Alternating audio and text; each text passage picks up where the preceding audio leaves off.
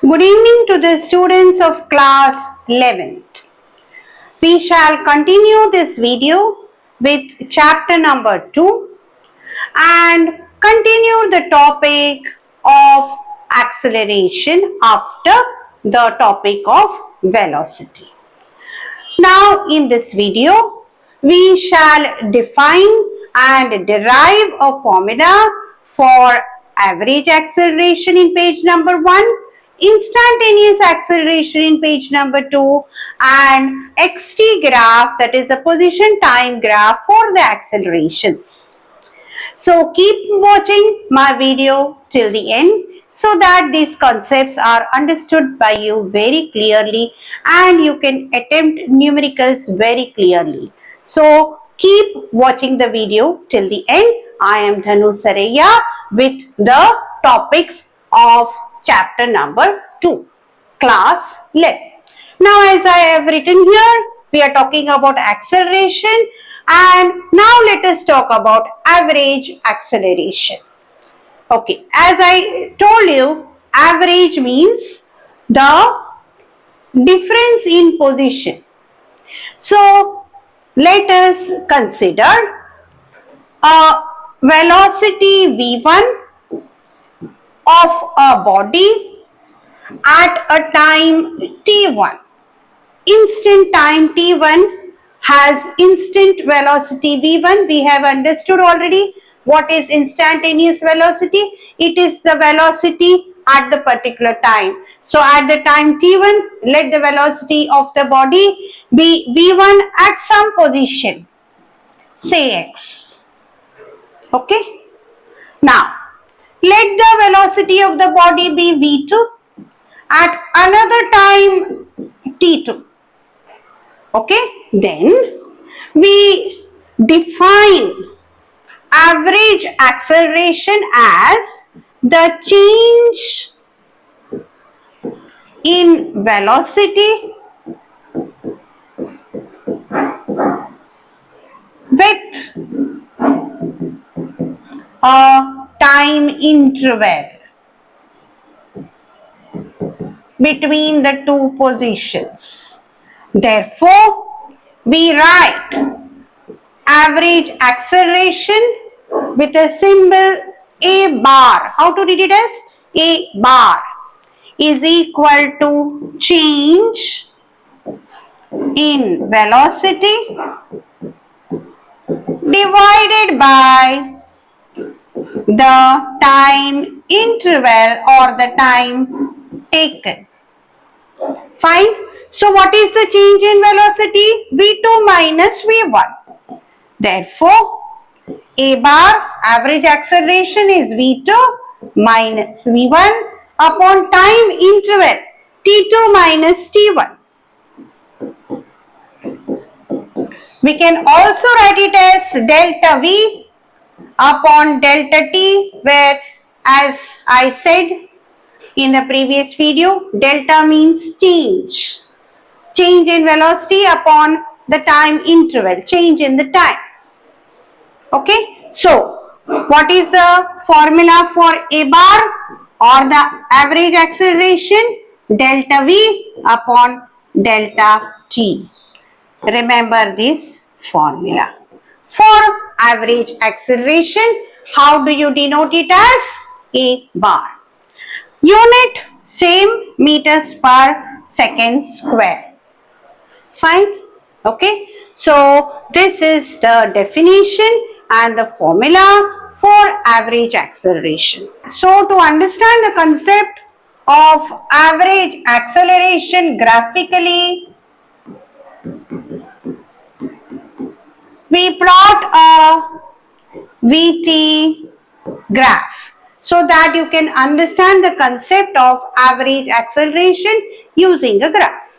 Okay, so suppose there is a point T1 V1 and T2 V2 as explained here. We just have to join these two points and find the slope of this straight line from these points, say A and B. So what should we do? We should find out the slope. What is the formula for the slope? Y coordinates difference upon x coordinates difference. Same as the formula we have derived just now. So the slope of the graph, which is a VT graph, will give us the average acceleration of a body.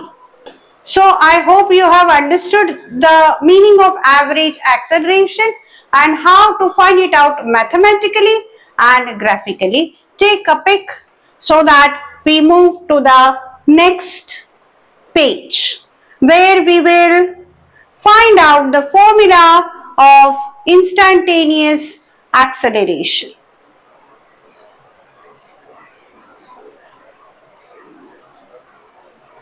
Fine. So now let us move to the next page where we understand how to find out instantaneous acceleration, as you can see in the heading.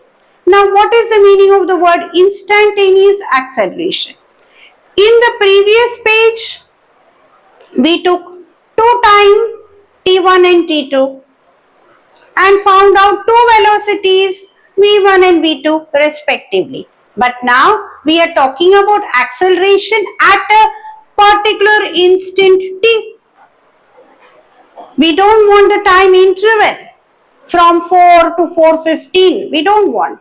We want at 4 o'clock. What is the acceleration? At 4:30, what is the acceleration of the body? That is what we want. So what we have to do to find out instantaneous acceleration? Simply we can say acceleration also denoted by A. We have to limit the average acceleration. This was the formula of the average acceleration in the previous page. So we have to limit this average acceleration such that delta t tends to 0. So what is the definition of instantaneous acceleration? We are limiting average acceleration A bar such that limit delta t tends to 0. Now what is the meaning of this limit delta t tends to 0? That means the change in the time interval is reducing to 0. The change in the time is reducing to 0 so that we are talking about a particular instant t.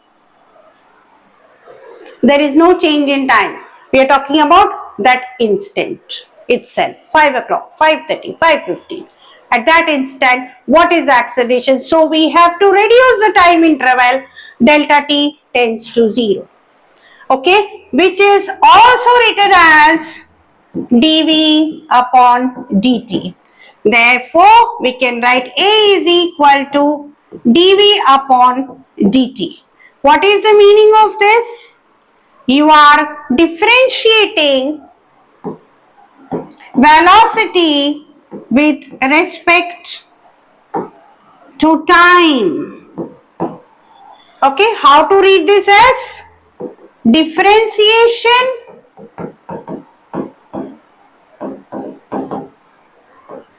of velocity with respect to time. What do you get? You get instantaneous acceleration. Okay, so you have understood that to find out instantaneous acceleration, you have to differentiate velocity with respect to time. Now this differentiation we have learned already in the previous video. To find out instantaneous velocity, what was velocity? V, differentiation of x with respect to time. What is acceleration A? differentiation of v with respect to time. So if I have x, then I must differentiate x 2 times. Therefore, acceleration is differentiation of x twice. Therefore, acceleration is differentiation of x. As I am speaking, I am writing it mathematically, differentiation of x twice, 2 times. How to read it this as? Double differentiation of x, d square x upon dt square. D square, how to read it as? D square x upon dt square. What is the meaning of this? You are differentiating x twice to get acceleration. First time when you differentiate x, you will get velocity. Second time when you differentiate again x only with respect to time, you will get acceleration. Let us see a simple example. X is equal to 4t cube. That is the equation given to me. I am asked to find out acceleration. Then what do? First, I do dx upon dt. What is my answer? 4 into power, write the variable, power minus time, minus 1, so 2. 3 minus 1, 2. Second time I differentiate d square x by dt square. So what did I get? 4 into 3 into this 2, power. Variable is t, 2 minus 1, 1. So what is my answer? 4 into 3 into 2, 12 into 2, 24 t. So what is my acceleration? Instantaneous acceleration in this case, 24t. My answer here is A is equal to 24t. How did I get this answer? By differentiating x with respect to time. First time and second time. First time, what did I get? Velocity. Second time, what did I get? Acceleration. I can write this as v. Compare the formulas. This is just an example. So, what is instantaneous acceleration? It is limit delta t tends to 0 dv by dt, or simply delta v by delta t, or simply we can write it as dv by dt. Correct? By differentiation method, if I want to get acceleration, then I should do double differentiation of x. First time I will get velocity, second time I will get acceleration. We will do numericals on it, but you understand the concept of instantaneous velocity with the help of differentiation method. Formula we know. Bring the power down, write the variable, then as a power you write power minus 1. That is the power of the variable given, t in this case. Fine. So, I hope you have understood this concept. To take a screenshot of what we have done just now and understand this concept very clearly. This is the differentiation part. Fine.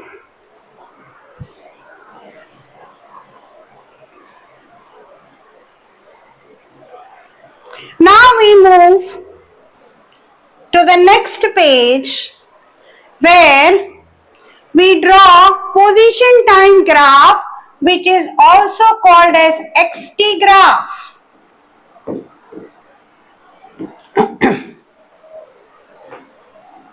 What is xt graph? X on the y-axis and t on the x-axis. Position on the y-axis, time on the x-axis. O is the origin. Here I am talking about a body having positive acceleration. What is the meaning of positive acceleration. Again, let us write down the formula for A. V2 minus V1 upon T2 minus T1. So if I say acceleration is positive, it means V2 final velocity is greater than initial velocity. In the coming concept, final velocity we will write it as V, initial velocity we will write it as U. So if V is greater than U, then the acceleration is positive. How to draw its xt graph? Xt graph is the curve upwards. Fine. For positive acceleration, how is the curve? Upwards. For positive acceleration, the graph is a curve upwards. If V is greater than U, we will get a curve upwards for positive acceleration. You remember this as a package going to be asked in your entrances. Just the graph will be given to you. Very important is whenever a graph is given to you, what is there on x-axis and what variable is on y-axis, that is very important to be understood.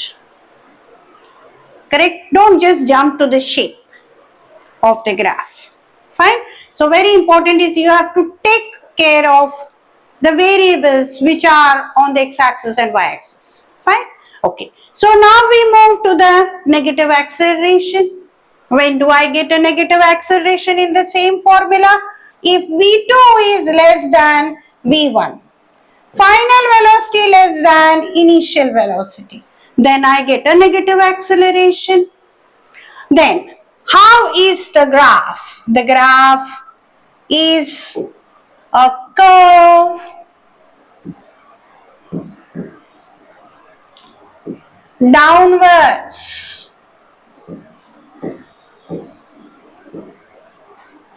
Okay. So, if acceleration of the body is negative, xt graph is a curve downwards. And when do we get a negative acceleration? Is if final velocity is less than initial velocity. Simple. Okay. It is just you are giving a brake to a vehicle. It will slow down. So the final velocity is less than the initial velocity with which you came. Correlate it with your regular experience of the day for a vehicle. Even in this case, you started a vehicle and the speed has increased. So final velocity is definitely greater than the initial velocity when you started. Fine. Okay. Now we move to zero acceleration. Okay. Xt graph. Zero acceleration. Fine. So what should we have in that case? Velocity is there. Body has a velocity, but what is it? V is equal to U. V2 is equal to V1. Its initial velocity and final velocity are same. If its initial velocity and final velocity are same in this formula, if I put V2 is equal to V1, then what will happen? V2 minus V2 upon T2 minus T1. My answer will be 0 upon T. Answer 0 acceleration. So remember, this is very important to remember the small points. When there is 0 acceleration, is velocity there? Yes. But what is the velocity? Same. Initial and final velocity same. Acceleration is 0. Velocity is constant. What is it? Velocity same means velocity constant. These are all the keywords which will be given in the numerical. If velocity is constant, it is automatically understood A is equal to 0. It is automatically understood that the xt graph is a straight line. A is equal to 0. Fine. Remember this as a package. If the body has 0 acceleration, the graph is a straight line graph. V is equal to u. Final velocity is equal to initial velocity. Acceleration is 0. Velocity is constant. Velocity is constant, they may give. A is equal to 0, they may give. Xt graph is a straight line, they may give. Even one condition is given, the other conditions will follow in the numerical. Remember like that. Fine. So all the three types of acceleration, positive, negative, 0, graphs and its conditions, we have understood in this page. I hope you have understood the concept. I will just move here and you take a pic of what we have done just now. Okay, keep understanding all the points which we have written so that when it comes in the numerical, immediately you should be able to identify the other conditions for the given data to you. Fine?